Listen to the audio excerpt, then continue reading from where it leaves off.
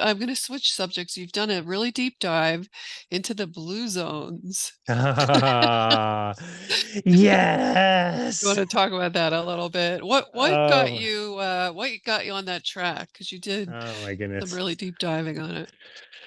Oh boy. Well, okay. So, what we've talked about the blue zones in the past on my show. Blue zones, if some people are not familiar with them, back in 2004, there were two demographers, which I still don't know exactly what that means, to be honest, but two people that I think study populations found and identified a few different areas in the world where they noticed that people were living longer and they wanted longer than others and wanted to assess, and observe and find out like what could it have been that these people are living longer lives. And they came up with some ideas that, were varied, and the elderly people were highly valued. They had great communities. There were communities where people were born and lived and die all in the same area, and the same people, and there's not a lot of like outside influence in these places. um, they noticed a few things with diet, but nothing really like totally uniting across these four different areas in the world. And again, they just wanted to observe and make some, observations about what it could be. In 2005, a guy named Dan Buettner got involved with the project. He worked for National Geographic. Um, and the blue zones kind of turned into a bit of a concept at that point. And Dan started to write about it. And before long, it was selling books about the blue zones. They identified a fifth blue zone here in the United States in California and really promoted that as the fifth blue zone.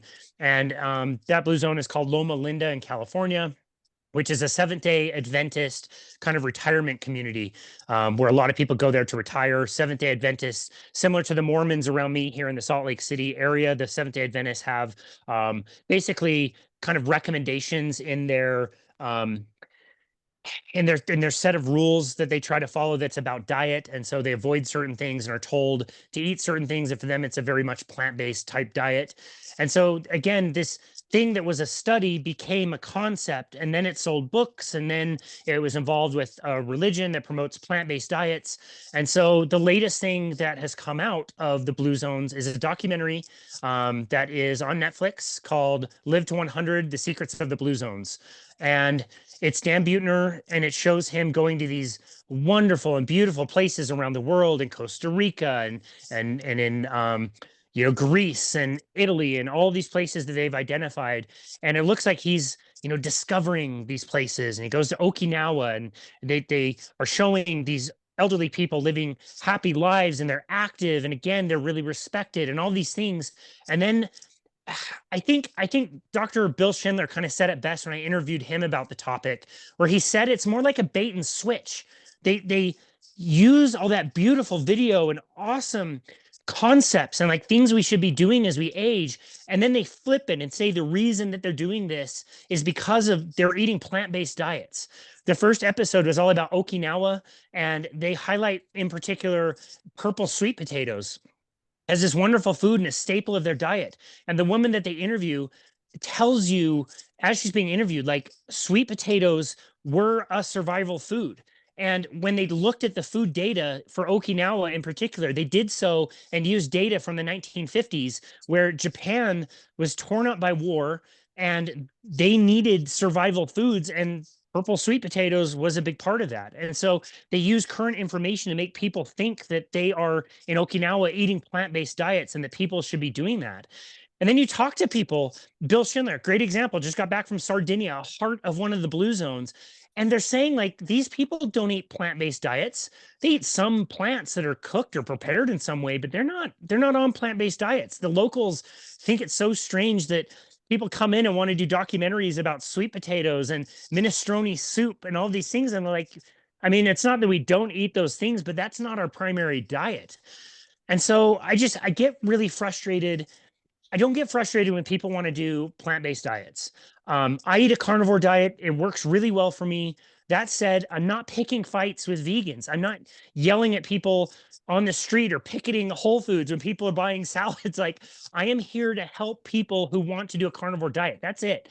If you choose to do a plant-based diet, my hope is that it would be less processed foods. You'd be eating more, whole foods, and that's way better than a standard American diet.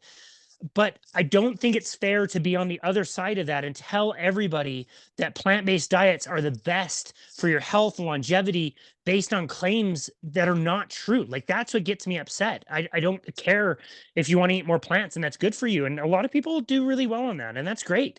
But to tell everybody that that is the way that everybody should do it, and you need to reduce your servings of meat and saturated fat, that's when I get super frustrated. So yeah, I went on the offensive this year, and I got specific guests to talk specifically about that. I did a composite episode where I took, I think it was 7 different extended clips from episodes that I've already done. I put them into one really long episode.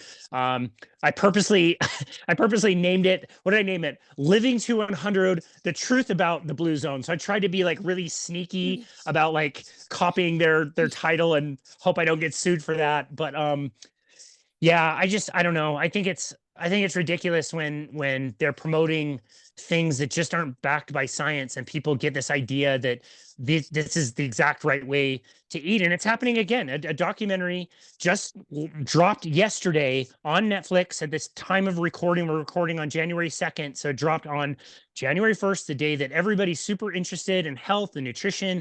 And it's same. It's all about vegan diets outperforming omnivorous diets based on a really small study that was done with a limited amount of people for a limited amount of time.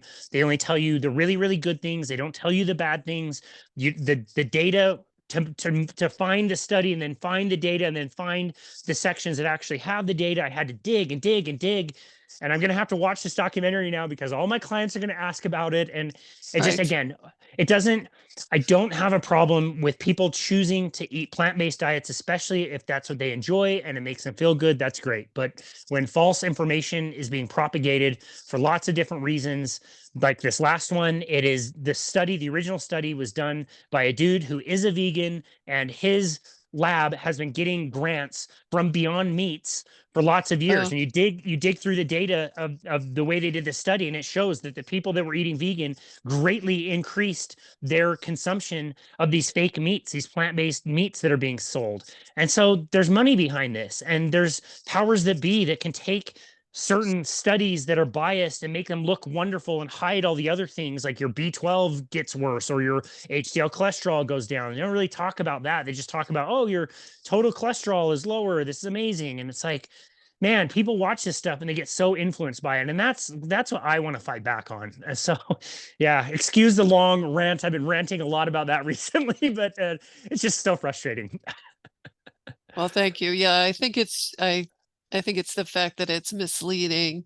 I know I had watched one that was on previously. It was Darren O'Lean and Zac Efron went around doing Yeah. different things, and they went to Sardinia and had an episode where they kind of implied that it was the bread and pasta that people were eating that was making them so healthy. But, they walked through a herd of sheep, and there was all these fishing boats in the background, but it's the they couldn't have been eating lamb or fish, right? No, of They're course just not. eating Of course not. ravioli and bread. So, It's crazy, and yeah, you're right. Like I watched that documentary too, and there were so many like good positive things to come out of it, but then there's that one bait and switch that's always diet and nutrition. I believe Zac Efron even tried to eat vegan himself for a little while and just couldn't stick with it, but still kind of recommends it. So yeah, it's so frustrating. It's so frustrating. yeah, he's in a new movie where he plays a wrestler, so we'll have to see what what Oh, he's been interesting. eating to put on all that muscle. We'll have to find out. But That's yeah, that's very it's interesting. Wow. I still have the document that shows a list of all the people who have either claimed to be vegan or that have been in like game changers, and shows like what happened to all these athletes, like how they got injured when they retired, when they okay. left the diet and got off of it, because it's such a deficient human diet that most people can't stick with it without having like severe reactions or injuries or all kinds of different stuff. And so, yeah, it's a bummer. It sucks.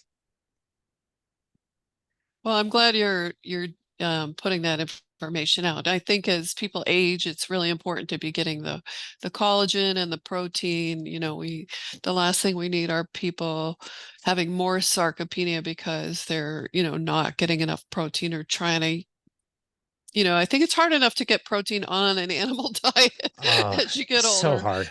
than to, So it's so hard. And then like when I look up, what is nutritional guideline recommendation for protein, and you get the RDA, which is embarrassingly low, and then it yeah, sends you to these popular sites that people go to, especially this time of year, and they look like Livestrong. And Livestrong says you should be eating 50 to 60 grams of protein a day, and you should get them from nuts and seeds and beans. And oh my goodness, like 50 to 60 grams of plant-based protein, you're going to have, like you said, muscle wasting, sarcopenia. It's hard enough, like you said, to get enough animal protein. It's so, so, so critical. And people are being misled. It sucks.